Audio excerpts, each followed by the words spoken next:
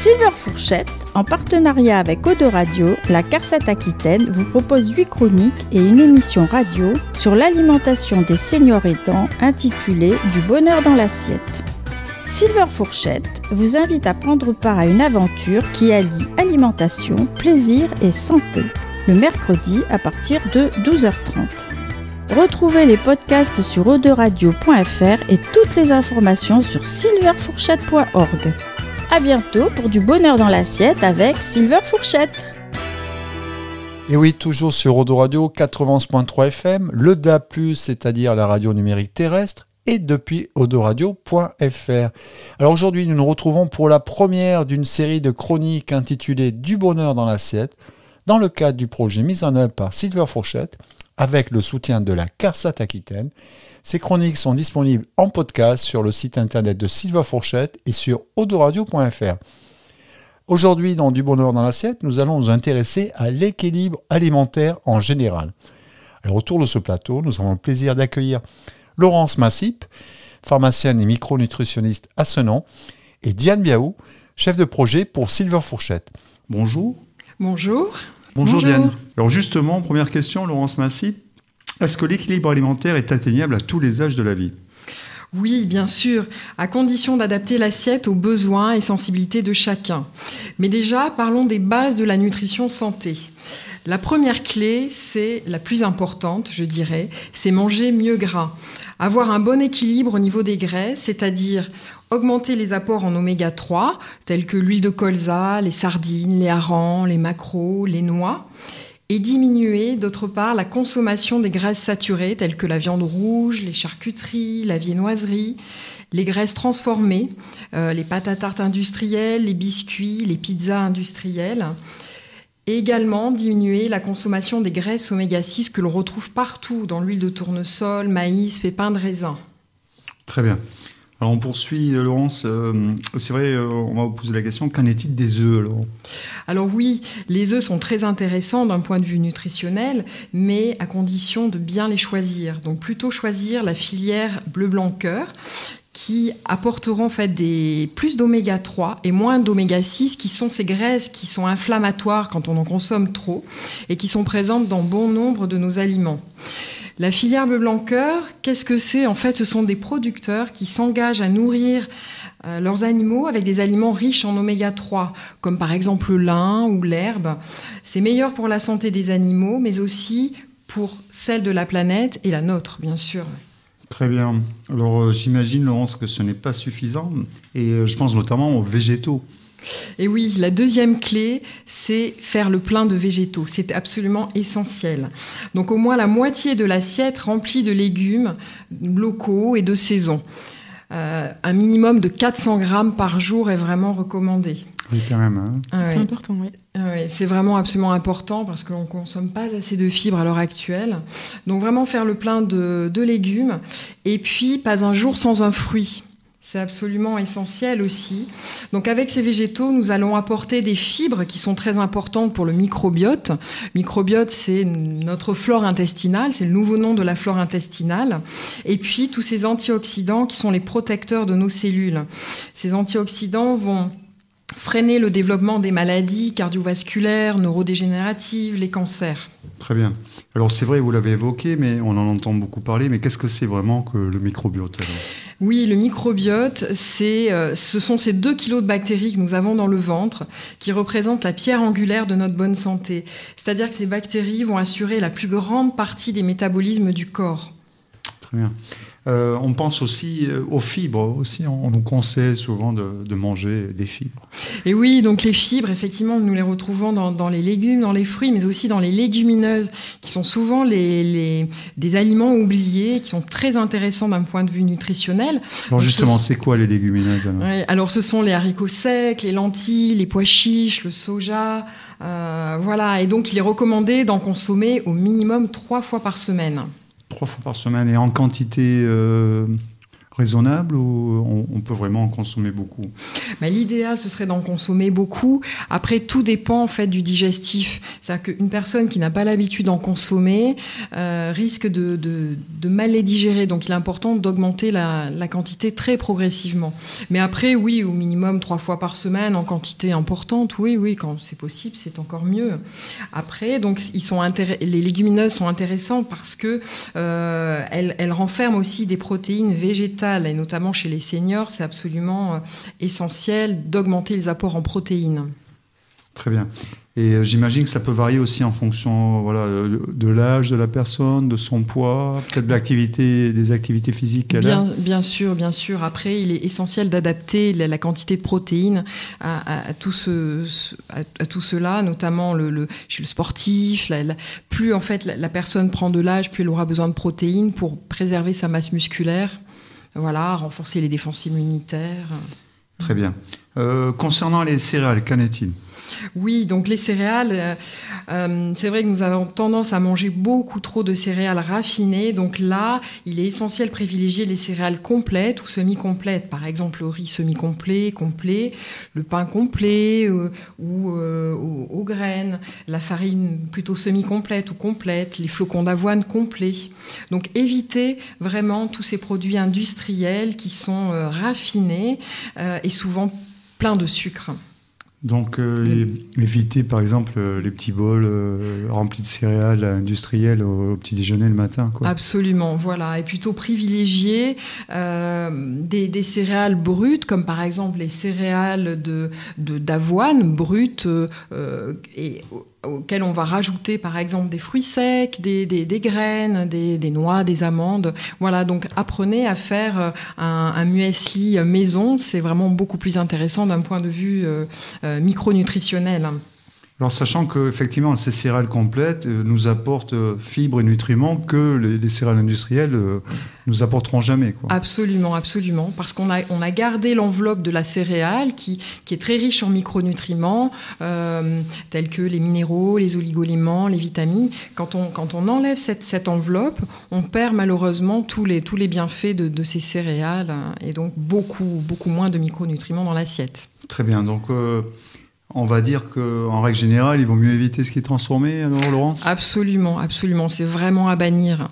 Aucun intérêt micronutritionnel, nutritionnel, et vraiment essayer de s'orienter vers du brut, de l'authentique, et des produits beaucoup plus riches en nutriments. Oui, alors vous le disiez, tant qu'à faire, réalisant soi-même notre petit déjeuner avec les céréales, en mixant... plusieurs apports, flocons d'avoine, fruits secs, avec peut-être du miel, du sirop d'érable, des choses comme ça. Exactement. Puis en plus, c'est beaucoup plus de plaisir. C'est bien meilleur que ces produits transformés ou ultra transformés. Oui. Dans lequel on rajoute des exhausteurs de goût, des saveurs. Et qu'en est-il des édulcorants ? Bien souvent, beaucoup de personnes prennent à la place du sucre un édulcorant, les fameuses sucrètes. Qu'en est-il ? On entend beaucoup de choses là-dessus. Et oui, absolument. Les édulcorants, en fait, sont pires même que le sucre. À la limite, on peut-être conserver la stevia, qui n'a pas d'effet délétère sur l'organisme, mais tous les autres sont vraiment à éviter, parce que bien au contraire, des études ont montré que beaucoup plus de diabète était lié justement à cette consommation d'édulcorants. Alors, on va parler des protéines aussi avec vous, Laurence. Alors, l'intérêt de consommer suffisamment de protéines, quel est-il ?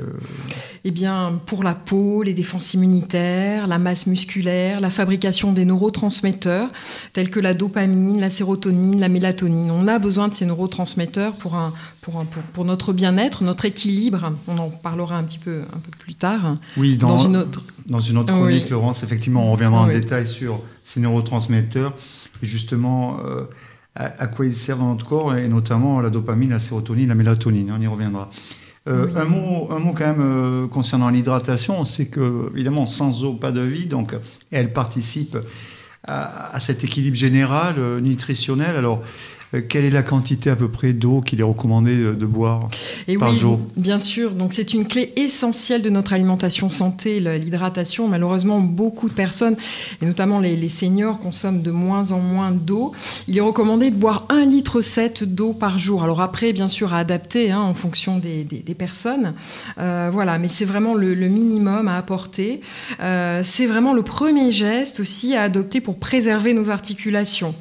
Voilà. Et donc, je ferai un petit aparté aussi sur les sodas, les boissons artificiellement sucrées qui sont vraiment délétères.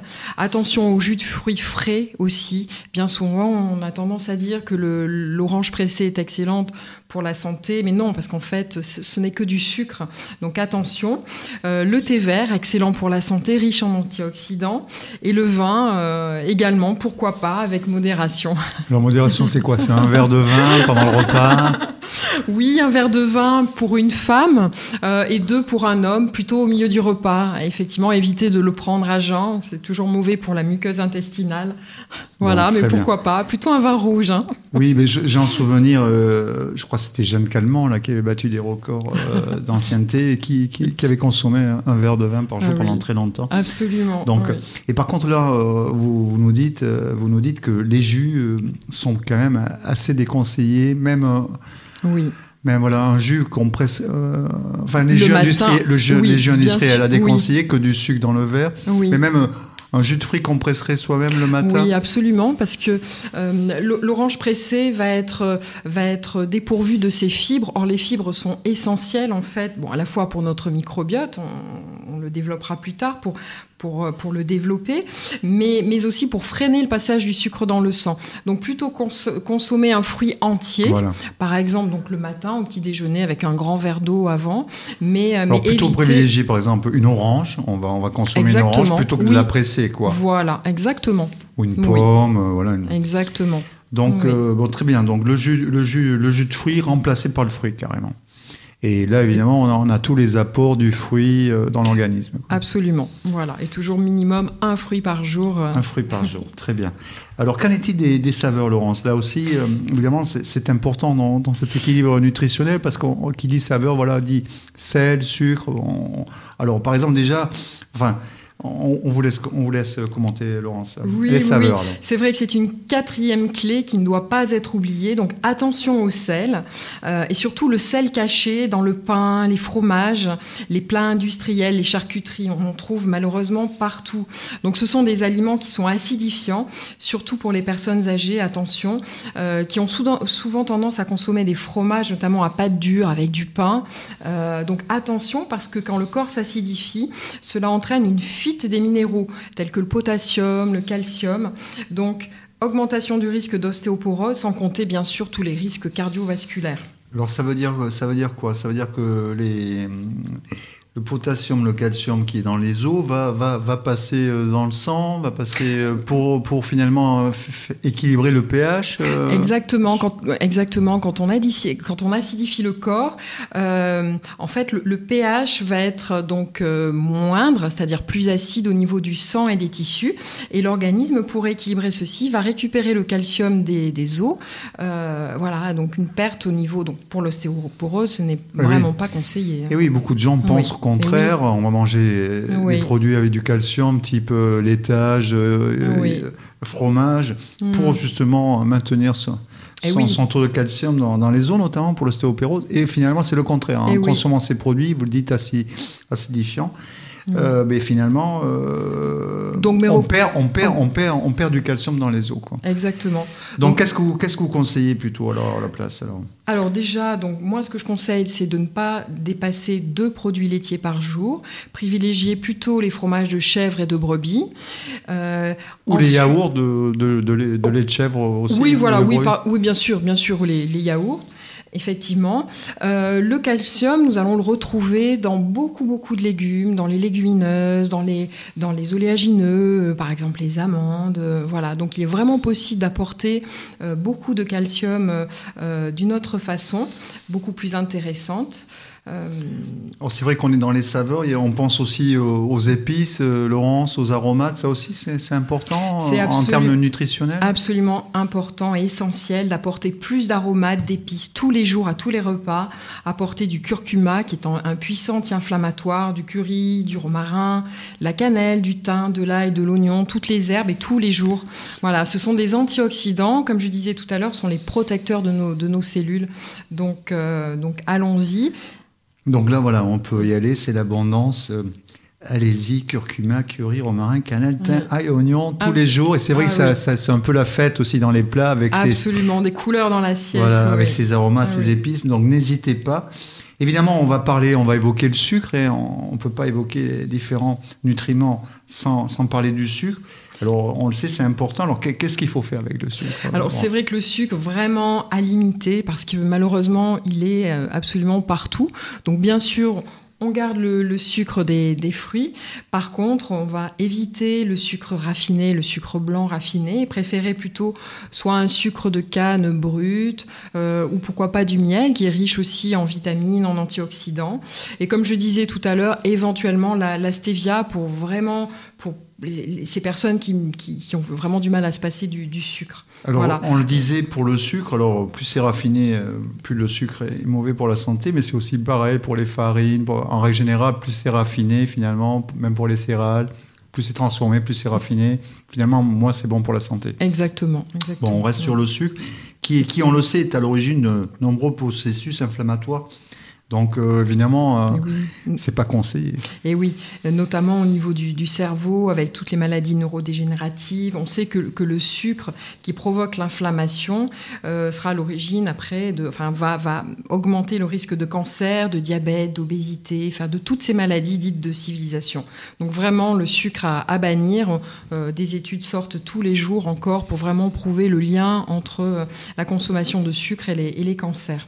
Voilà, et comme je disais tout à l'heure, attention également aux édulcorants qui sont pires. D'accord. Bon, alors on va finir avec peut-être la 5e clé, Laurence, qui est celle du bon sens. Alors expliquez-nous un petit peu ce que ça veut dire. Voilà, mais c'est choisir le sain, le bon, le naturel, l'authentique. Voilà, manger bio, local et de saison. Et puis juste attention au mode de cuisson. Privilégier toujours les températures les plus basses pour éviter de générer des toxines dans le corps. Voilà. Très bien, écoutez, on vous remercie. On remercie Laurence, merci pour toutes ces explications. Diane Biaou, on vous laisse le mot de la conclusion. Oui. Je vous remercie de nous avoir écoutés et je vous propose de se retrouver mercredi prochain à 12h30 pour une nouvelle chronique. En attendant, vous pouvez retrouver Laurence Massip sur son site internet solution au pluriel nutrition.com. Merci à tous. Merci. Silver Fourchette, en partenariat avec Eau de Radio, la CARSAT Aquitaine vous propose 8 chroniques et une émission radio sur l'alimentation des seniors aidants intitulée « Du bonheur dans l'assiette ». Silver Fourchette vous invite à prendre part à une aventure qui allie alimentation, plaisir et santé, le mercredi à partir de 12h30. Retrouvez les podcasts sur eau-de-radio.fr et toutes les informations sur silverfourchette.org. À bientôt pour du bonheur dans l'assiette avec Silver Fourchette.